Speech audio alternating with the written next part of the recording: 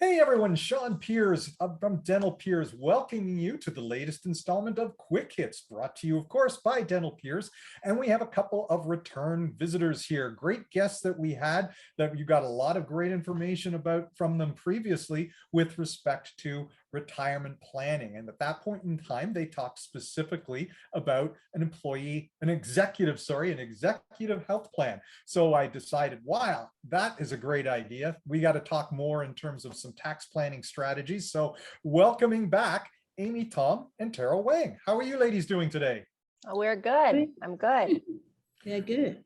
Excellent, excellent. Well, thanks for coming back. It's great to have return visitors. Thank you for the invite.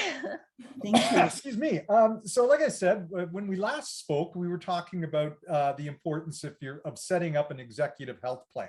I want to stick with the idea about looking at how insurance can be used as a little bit of a tax or a money-saving vehicle for dentists, but this time focusing a little bit more on other forms of insurance, specifically when we're talking about things like life insurance, those sorts of things. So one of the questions that I often hear from dentists, and I'm going to put to you, I'm sure you guys probably hear it more than me, is whether they should be looking at setting up a life insurance plan individually, or should they set it up through their corporation? Can they even do that? What are the ins and outs, and what's the best way to proceed? So take it away. I don't know who wants to start with answering that question. Yeah. So, well, to give a short answer is yes, they can have the life insurance policy being a corporation owned. Now, why would people choose to do that? Why wouldn't they just make it personal owned? Well, there are some perks to having it being a corporate owned. And I know in the previous session, we kind of mentioned, and this is, I promise this is like the only numbers I'm going to talk about in this session, is that corporate tax is at 12.5% for income below $500,000 and 26.5% for anything over $500,000. And of course, your personal marginal tax rate is the 52%. That's very high. So therefore, you would then be using more after tax dollars to pay for insurance premiums if you have it corporate owned, as opposed to having it personally owned. And in addition to that, actually having a corporation owned policies, there are the tax-free estates benefits through something called the capital dividend accounts, and tax shelter benefits available during the accumulation in the lifetime. I mean, all this, of course, I'm sure is making a lot of people's heads spin, because tax planning becomes a very complex process. So, right. But I mean, those are great places to kind of start that idea about, just sheltering and making sure. The key thing to keep in mind is that we're talking about after-tax dollars. Do you want that after-tax dollars to be spent out of a tax rate at the corporate rate, whether it's below that $500,000 threshold, or even if it's above, it's still a lot less than what they're going to be paying on their own personal level from the personal marginal tax rate. So they're getting more bang for their buck at the end of the day by running it through their corporation, right? Yes. Yeah, that's the point of why, if you have a corporation, have the policy owned under a corporation, because you can use more tax dollars to fund that policy while having a life protection in place. I mean, it's a win-win situation. And then, of course, that leads to the next question that everyone wants to be able to know is, are they, if they're running it through their corporation, are the premiums tax deductible? Okay, yeah, that's one question that we also have heard a lot, because I guess it's understandable that people have that I guess concept, or have that mindset. And the answer to that is yes and no. And it really depends on the condition or the situation that you're in with this. So for it to be taxable, or for the premium to be taxable, the one condition is that you would have to assign your policy to the bank as a collateral on your loan. And then that's when the premiums will be deductible. Now, there is another strategy of using life insurance aside from the corporate retirement planning, is something we call IFA, so immediate financing arrangement. And this strategy is using the life insurance and using the life insurance, and a portion of that premium will become tax deductible. And we actually did kind of a calculation based on that, and it will reduce by your regular premium to approximately 5%. So how this plan really works in place is that the corporation will first buy and pay for the initial premium of the life insurance, and then the policy gets assigned to the bank as to secure a collateral loan for the premium, because there is a cash value built instantly. The minute this policy is in effect, then cash value builds instantly on it. And then the loans proceeds from the premiums are then used to reinvest for the purpose of producing income. So ultimately, at the end of the day, this strategy is really for corporations who want to acquire life insurance cost effectively without tying up the corporation's available cash resources. Not personally, but this strategy is like, I wouldn't say everyone should just come off and have this strategy in place. We do assess each individual needs personally to see if this is a suitable plan for them. So it's something that maybe, you'll recommend for one person, but it might not necessarily fit with the financial and tax planning for the next person. And I guess that kind of leads into thinking about, is this something that one would use as a vehicle to go towards your retirement planning as well? Yeah, yes and no. You always like to do that, don't you? Yes and no. So other than, besides the IFA, so I'm gonna kind of bring it back to a corporate the insurance retirement planning, that yes, it is a plan to be able to fund your or they can use this plan to fund your retirement planning. And I guess the technical behind the reason is how to do that, why to do that, is that once the corporate owns a life insurance policy, you'll see growing cash values in it, and it is done in a tax sheltered manner. So this tax growth will then help to reduce the small business deduction that will not increase tax in an active business income. So upon retirement, you can then access the funds through the leverage loan from a third party, which is usually the bank. And from there, the bank will then able to lend you anywhere from 75% to 100% of the policy's cash value. Now, if they want to be lend up to 100%, of financial underwriting is done. And up to 75%, no financial underwriting is needed. So then the loan that they received from the bank can then be used to supplement their retirement income. Okay. So that's the yes part, right? Yes, that's the yes part. That's the yes part. Should we be worried about the no part? Where does that stand? And what would our concerns be on that front? Well, the no part, then there's really no part. It's obviously when you take these out, then you have the option of, and Amy, you can correct me if I'm wrong on this part, is that when you take out a loan, there's interest, right? There's interest on the loan. And with the interest, they have the option that they can either pay back the interest or, keep the interest and not pay back. Then the downside of not paying back the interest is then obviously it's a life insurance policy, right? So if a person passes, not only will they have to return back the loan, but the additional interest that accumulates on it. And obviously if they pay back the interest, they just have to pay back their loan principal amount. So it's not really a downside, it's just a feature that's built in, so you can have a more I guess a more flexible way of how you want to manage your cash flow while still having this supplement in your retirement income.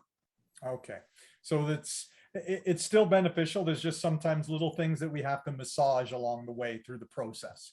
Right. Yeah. Okay. And then, I guess where that kind of leads, we're always looking at ways in terms of trying to save money on taxes when we're especially when we're taking the benefits out. So is there a way that the company is perhaps able to receive, let's say, higher tax-free benefits with respect to payment coming out from these plans towards their estate, or how would that work to be able to maximize the benefit going and reduce the tax payment going out when you're pulling out the benefit payment at that point? So when your corporation owns the policy, you are able to borrow it out for retirement, as I previously have mentioned. And on the death of the insured, then the life insurance proceeds are then used to pay back the bank loan, and then the remaining total death benefit is distributed tax-free to the family members through a capital dividend account. Now, this is a notion account. It kind of just exists by name. It's not really exists. It's just existed by name. And only at death, then will the money be transferred into this capital dividend account to be able to pay it tax-free to the family members.